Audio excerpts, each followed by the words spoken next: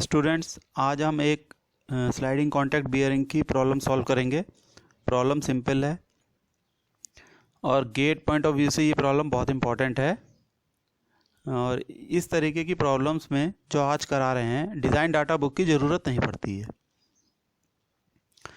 I am reading the problem.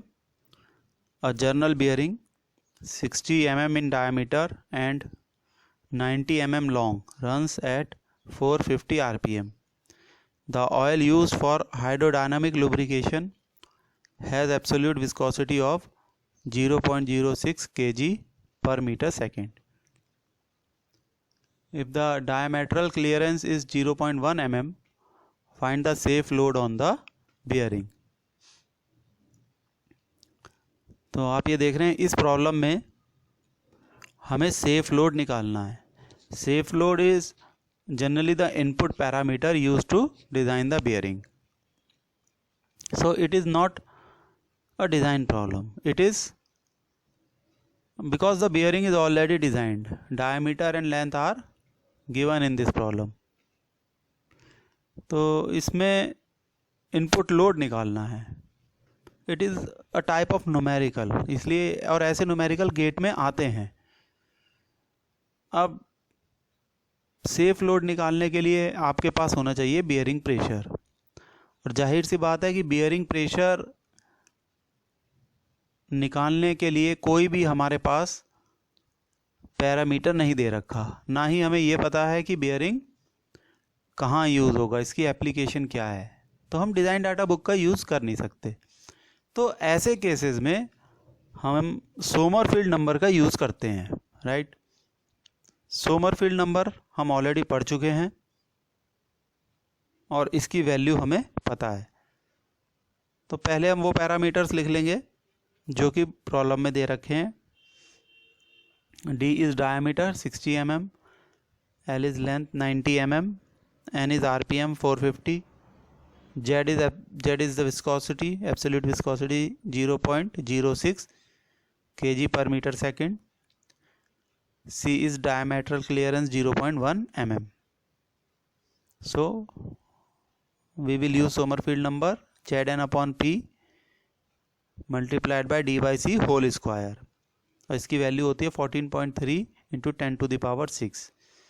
You know that Zn upon P is the bearing characteristic number. इसमें हमें Z की value पता है, N, D और C, इन सब की वैल्यू पता है, बस हमें बियरिंग प्रेशर P नहीं पता।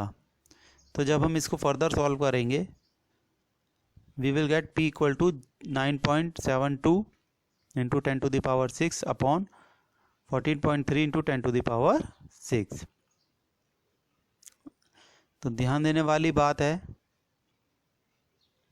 कि इसमें D mm में है, C भी mm में रखा है। प्रेशर निकल के आता है 0.68 न्यूटन पर mm square, right.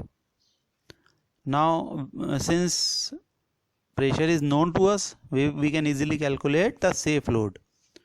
Safe load W equal to P into A. A is the projected area, which is equal to length into diameter. So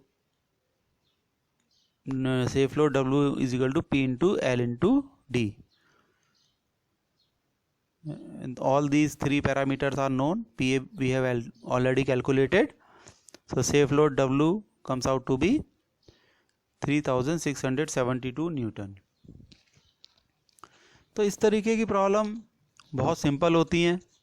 gate में जब ये प्रॉब्लम आती हैं तो जनरली देखा गया है कि स्टूडेंट इस तरीके की प्रॉब्लम गेट में नहीं कर पाते, क्योंकि उस मोमेंट पर उनके दिमाग में ये स्ट्राइक ही नहीं करता कि हम सोमरफील्ड नंबर का यूज़ कर लें, और वो सोचते रह जाते हैं कि बियरिंग प्रेशर निकालें तो कैसे निकालें। लेकिन अगर ये प्रॉब्लम ऑलरेडी सॉल्व की हुई होगी और आपके दिमाग में ये स्ट्राइक कर गया कि सोमरफील्ड नंबर से ये प्रॉब्लम सॉल्व हो सकती है, तो फिर आप कर लोगे। जनरली स्टूडेंट ये सोचते रह जाते हैं कि डिज़ाइन डाटा बुक तो हमारे पास है नहीं, तो ये प्रॉब्लम अब सॉल्व नहीं हो पाएगी, लेकिन ऐसा नहीं है। ठीक है, ओके डन।